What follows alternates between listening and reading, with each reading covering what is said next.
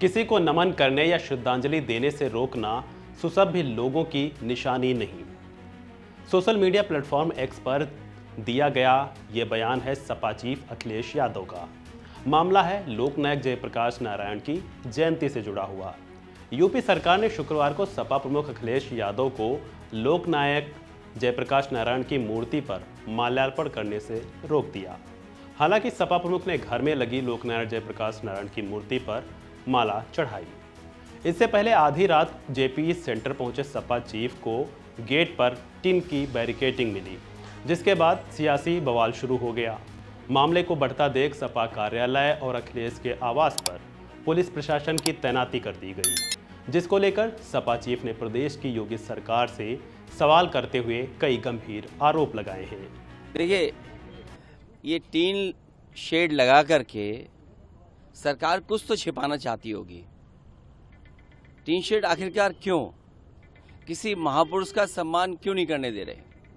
अगर किसी की जयंती पर, और वो भी समाजवादी महान नेता जयप्रकाश नारायण जी की जयंती पर, ये टीन शेड लगा करके सरकार आखिरकार क्या छिपाना चाहती है? कहीं ऐसा तो नहीं कि बेचने की तैयारी हो, किसी को देना चाहते हो? इस वीडियो में बात करेंगे कि आखिर यह पूरा मामला क्या है और क्यों एक बार फिर जेपी की जयंती पर जेपी सेंटर को लेकर यूपी का सियासी पारा हाई हो चला है। क्या इस मुद्दे का सियासी इतिहास है, इस वीडियो में जानेंगे। नमस्कार, मैं हूं अतुल कुमार और आप देख रहे हैं वन इंडिया हिंदी। उत्तर प्रदेश की राजधानी लखनऊ में मौजूद जयप्रकाश नारायण अंतर्राष्ट्रीय केंद्र अखिलेश यादव का ड्रीम प्रोजेक्ट कहा जाता है।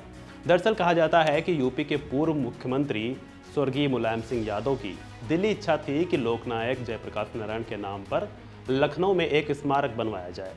इसके लिए सभी तरह की तैयारी भी पूरी कर ली गई थी, लेकिन इससे पहले कि सेंटर पर काम शुरू होता, मुलायम सिंह की सरकार चली गई। फिर प्रदेश में बसपा की सरकार आ जाती है, जिसके बाद सपा ने इस सपने को अपने बस्ते में बंद कर दिया। लेकिन साल 2012 में राज्य में सपा की सरकार की वापसी होती है।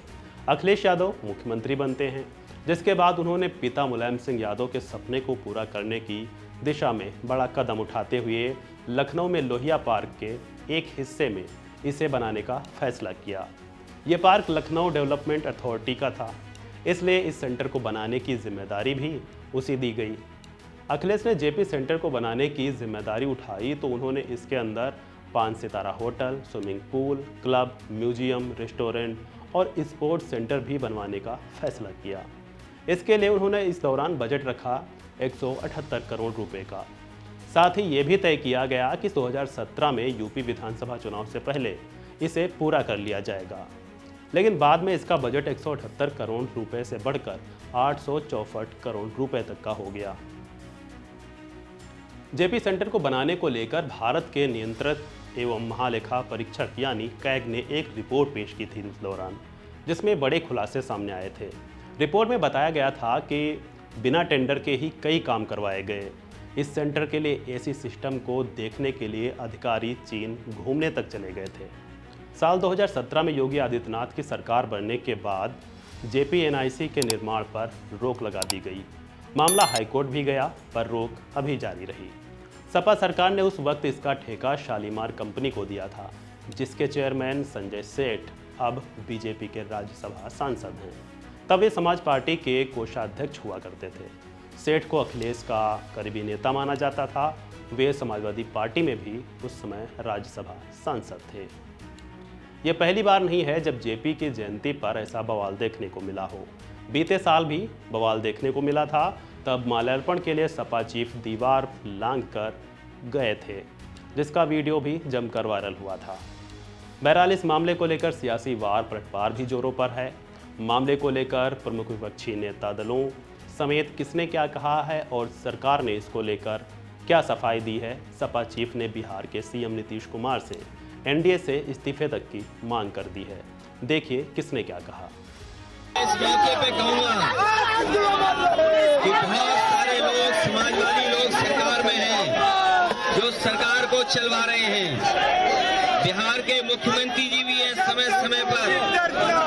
जननायक जयप्रकाश जी, उनके बारे में वो उन्हीं के आंदोलन से से वो निकले हैं।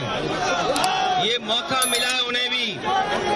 ऐसी सरकार जो समाजवादियों को जयप्रकाश जयंती के दिन याद नहीं करने दे रही है, उस सरकार से समर्थन वापस ले लें, क्योंकि बिहार के नीतीश कुमार जी इसी आंदोलन से निकले हैं।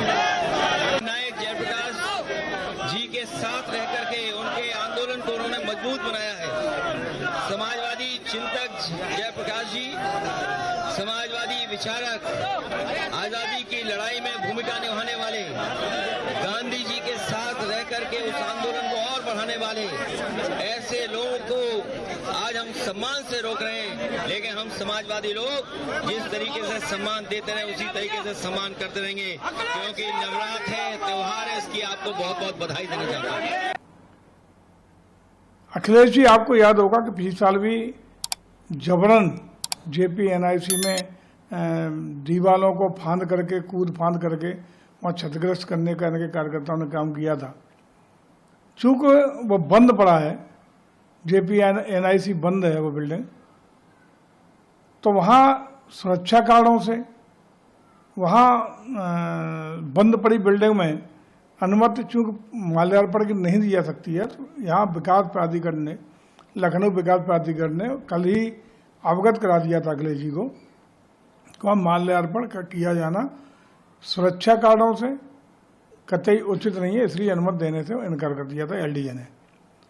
जहाँ तक अखिलेश जी भ्रष्टाचार की बात कर रहे हैं, तो एनआईसी बिल्डिंग का निर्माण और उस पर किए गए समस्त कार्य अखिलेश जी के मुख्यमंत्रित्व काल के समय के हैं। अगर भ्रष्टाचार हुआ है तो खुद अपनी सरकार पर उंगली वो उठा रहे हैं, तो उनके ज़माने में वो विकास कार्य हुआ, उनके ज़माने में वो बिल्डिंग का निर्माण हुआ। 17 के बाद आदरणीय मुख्यमंत्री के नेतृत्व में सरकार बनने के बाद उस पर कोई काम नहीं हुआ है। तो अगर भ्रष्टाचार के कुछ वो आरोप हैं तो अखिलेश जी की सरकार के हो सकते हैं, अखिलेश जी के कार्यकाल का वो निर्माण का कार्य किया गया है। मैं समझता हूं कि अखिलेश जी को चूंकि सुरक्षा भी उच्च श्रेणी की प्राप्त है, शायद Z+ श्रेणी की सुरक्षा उन्हें प्राप्त है, तो उन्हें एलडीए की बात को सुरक्षा कारणों से स्वतः ही संज्ञान लेते हुए उस तरह का कार्यक्रम वहां जाने का, जबरन घुसने का जो पिछले साल ने किया, वो निर्णय नहीं लेना चाहिए था। श्रद्धांजलि जयप्रकाश नारायण जी को तो कहीं से भी की जा सकती है। देखिए, ये सरकार की मंशा अच्छी नहीं है। आप पहले भी देखे हैं, पिछले साल भी इसी तरीके की चीज़ें की गई थी और गेट बंद करके रोका गया था। इस बार भी आज जो चीज़ें सामने आ रही हैं कि पूरी तरीके से उसको ढक दिया जा रहा है, तो मुझे लगता है कि ये जैसे इन्होंने बनारस में सर्व सेवा संघ को ध्वस्त किया और एक अच्छी खासी जगह को बर्बाद किया बनारस में, इसी प्रकार ये आज जयप्रकाश नारायण जी की आज जयंती है। मुझे लगता है कि शायद उस स्थान को भी पूरी तरीके से ये ध्वस्त करने के लिए और किसी न किसी बड़े व्यापारी को बेचने की तैयारी में होंगे, इस नाते ये सारी चीजें कर रहे हैं। अखिलेश यादव के घर को निकलने से ही इनको घर से निकलने नहीं दिया जा रहा। नहीं, निश्चित तौर से ये सरकार पूरी तरीके से तानाशाह है, तानाशाहों की तरह ये बर्ताव कर रही है और जो लोगों के मूवमेंट पर रोक हो रहा है, मूर्ति पर माला चढ़ाने से, अरे अगर वहाँ पर वो बाकायदे आपको ले जाकर माला चढ़वाना चाहिए था। अगर आपको अपने महापुरुषों पर, इस देश के जो महापुरुष जिन्होंने इस देश के लिए काम किया, उनको तो अगर कोई माला चढ़ाना चाहता है जयंती पर, उनको पुष्प चढ़ाना चाहता है, तो सरकार को बाकायदे उनको सुविधा देनी चाहिए, उनको ले जाना चाहिए। ये तो अत्याचार अन्याय किया जा रहा है।